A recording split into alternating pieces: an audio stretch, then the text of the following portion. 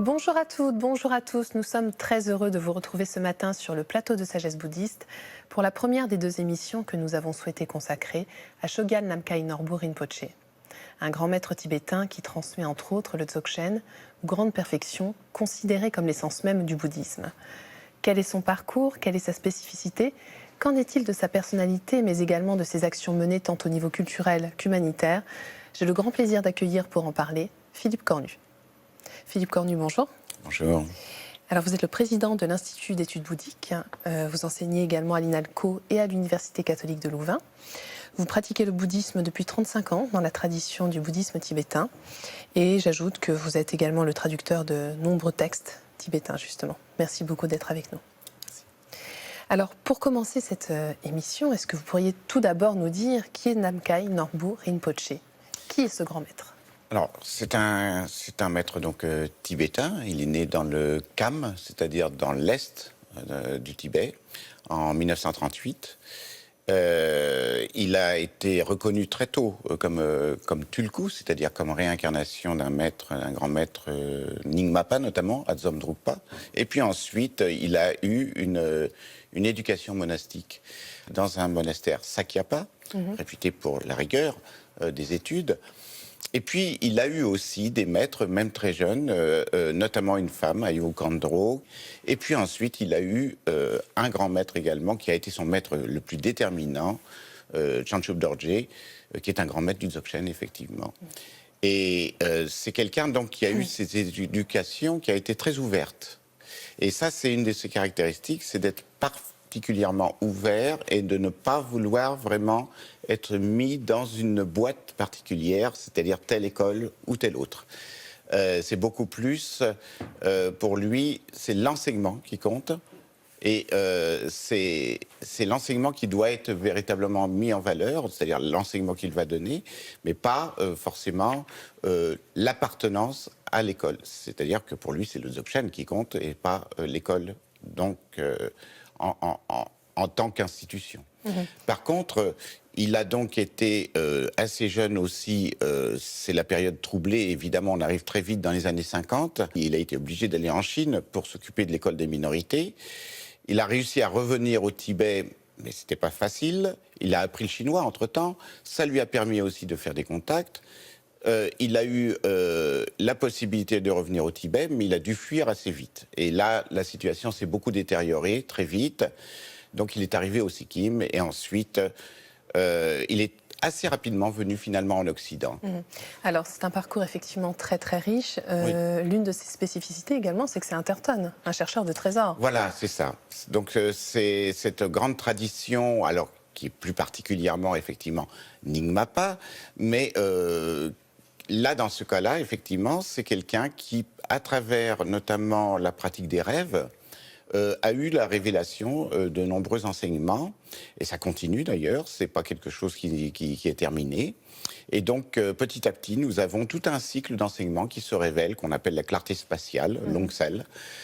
C'est quelque chose de remarquable, et je dois dire que ce cycle est vraiment complet. Ce qui est assez rare, parce qu'en général, les enseignements sont plus orientés sur un aspect ou un autre du Dzogchen, et là, c'est quelque chose qui fait la synthèse de tous les enseignements. Alors, vous parliez tout à l'heure de l'Occident. Effectivement, ce maître est aussi connu en Occident qu'en Orient, et notamment à travers sa carrière universitaire, qui est assez incroyable là aussi. Oui, parce qu'en fait, ce qui s'est passé, c'est que quand les Tibétains sont arrivés en exil, il se trouve que des chercheurs occidentaux, des tibétologues, ont eu l'occasion d'utiliser des bourses, notamment les bourses Rockefeller, pour inviter en fait des Tibétains à devenir leurs informateurs. Donc, il a été invité par Giuseppe Tucci, qui est un grand tibétologue italien, et il est arrivé donc à Naples pour devenir son collaborateur. Donc, il a travaillé avec lui à de l'anthropologie tibétaine, et puis ensuite, il est devenu un assistant, et ensuite, il a préparé sa thèse, et il est devenu professeur à l'ISMEO, qui est l'Institut d'Extrême-Orient en Italie. Donc il a d'abord enseigné à Naples, et ensuite il a enseigné même à Rome. On a bien compris que ce qui lui tenait particulièrement à cœur, donc, c'était transmettre, préserver cette culture tibétaine. Alors on a eu la chance de le rencontrer, je vous propose d'écouter ce qu'il nous dit à ce sujet. Tout ce que nous faisons est très lié à la culture tibétaine, à son savoir. Car je pense que cette culture, ce savoir, est en train de se perdre. Pas seulement pour les Tibétains, mais que cette précieuse culture est en train de se perdre pour toute notre terre. C'est pourquoi nous essayons de faire comprendre aux gens, de leur faire apprendre et de maintenir cette culture tant qu'elle est encore vivante. Je pense que c'est quelque chose de très important. Pour cette raison, j'essaye de faire de mon mieux pour enseigner, développer, organiser, ne serait-ce que d'une manière ordinaire, à travers des chants, des danses, etc. Nous faisons de notre mieux. Nous avons également une organisation qui s'appelle ASIA et qui construit de nombreuses écoles dans différents endroits pour que les gens reçoivent ce type d'éducation. Nous construisons également des hôpitaux pour aider les Tibétains, spécialement pour les populations nomades, dans des endroits très difficiles où ils ne pourraient pas vivre sinon.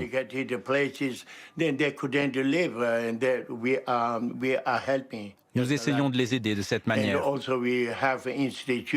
Nous avons également un institut pour étudier la langue tibétaine, la culture tibétaine. Nous essayons d'inviter des jeunes Tibétains pour qu'ils enseignent un petit peu leur culture et leurs connaissances aux Occidentaux, pour développer la manière d'intégrer. Nous essayons de faire beaucoup de choses de notre mieux. Personnellement, je m'y consacre complètement.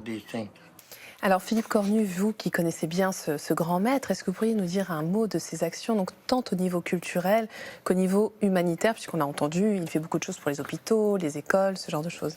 Eh ben, il faut dire aussi que c'est quelqu'un qui est assez érudit et qui travaille beaucoup aussi sur les textes, donc qui connaît bien la culture tibétaine, historiquement également, et dans vraiment le fond de la culture tibétaine. Et il a vraiment à cœur, évidemment, étant tibétain, comme tous les exilés, évidemment, mais lui particulièrement à cœur de faire connaître cette culture, parce que, effectivement, comme toutes les cultures, elle a une valeur véritablement aussi qui touche à l'universel. Et puis, c'est très important de ne pas perdre les cultures à l'heure actuelle, puisque le monde s'ouvre avec la mondialisation, mais en même temps, il y a un risque de dissolution de toutes les cultures et les spécificités. Je pense que il n'y a pas que la culture, il y a beaucoup de choses chez Namkhai Norbu Rinpoche. Par exemple, c'est quelqu'un qui connaît bien la médecine tibétaine aussi. Donc il a aussi à cœur de faire connaître cet enseignement de la médecine tibétaine. Il a écrit plusieurs ouvrages sur la médecine tibétaine. Il a travaillé beaucoup avec les nomades, donc il a aussi décrit leur mode de vie. Il a fait des livres là-dessus aussi, qui sont malheureusement pas traduits encore en français. Il a beaucoup travaillé sur la culture ancienne, et je dirais même sur le Tibet pré-bouddhique, ce qui montre bien que ce n'est pas seulement le bouddhisme ou la culture bouddhiste qu'il veut montrer, mais la culture tibétaine dans son ensemble. Très souvent, il dit que les Tibétains ont une tendance un petit peu à négliger ce qui vient avant le bouddhisme, alors que finalement c'est leur racine, et que c'est un petit peu dommage, parce que finalement ils se coupent de leur propre fond culturel parfois. Donc il a à cœur tout cela, et évidemment il y a aussi tout un projet humaniste et humanitaire, puisque dans Asia, on l'a vu dans le petit reportage, il est question vraiment d'aider les populations, c'est-à-dire pas seulement la culture pour les Occidentaux, mais aussi aider les populations tibétaines sur place. Parce que ces populations ont de moins en moins de possibilités de connaître leur propre culture. Dans l'éducation, c'est le chinois qui prédomine en territoire tibétain. Pour faire des études, les choses se font en chinois. Donc il n'y a pas beaucoup d'accent mis même sur la langue tibétaine. Donc faire des écoles, c'est extrêmement important. Les hôpitaux, ce sont des hôpitaux qui sont souvent aussi des hôpitaux sur des bases traditionnelles. Et donc ça permet, alors il n'y a pas seulement au Tibet d'ailleurs que cette œuvre est développée, aussi dans des régions, disons, tibétophones, culturellement tibétaines. Donc il y a aussi des choses qui se font dans d'autres pays d'Asie, là où il y a des réfugiés. Alors ce qu'il est très intéressant de voir, c'est que justement, il utilise beaucoup de vecteurs, beaucoup de moyens de diffuser et de protéger cette culture. Et ça passe notamment à travers le prisme de la danse. Il en disait un mot à l'instant, notamment les danses Vajra. Alors, regardons un extrait et on en reparle juste après.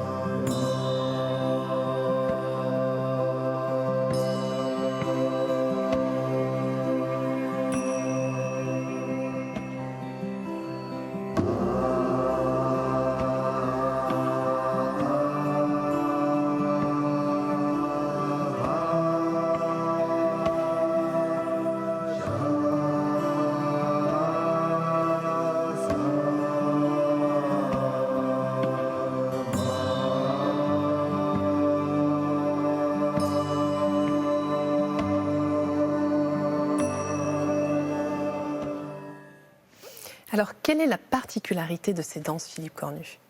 Alors ces danses, il faut bien spécifier que la danse du Vajra, c'est quelque chose qui lui a été révélé effectivement comme terma, donc c'est une découverte spirituelle, c'est un trésor spirituel, et c'est pas quelque chose en même temps qui est complètement innovant dans le sens où dans les tantras du Dzogchen eux-mêmes figure la possibilité d'utiliser certains mantras dans l'aspect également d'une danse, c'est-à-dire quelque chose qui utilise le corps. Parce que le corps est souvent, malheureusement, un petit peu négligé dans les enseignements spirituels. Donc, il y a le corps, il y a la parole et il y a l'esprit. Donc, pour fonctionner, il faut intégrer l'ensemble de ces éléments de l'existence. Donc, cette danse du Vajra, c'est quelque chose qui permet d'harmoniser complètement le corps, la parole et l'esprit. Alors, disons un mot, avant de nous quitter, sur une autre forme de danse, les danses Kaïta, qui sont, elles, vraiment très joyeuses et qui sont destinées, en fait, à tout à chacun, finalement. Ah oui, alors c'est un phénomène, évidemment, c'est plus populaire, ce sont des danses populaires à l'origine, mais il y a toute une créativité même actuelle, parce que les Tibétains continuent à créer des danses Kaïta.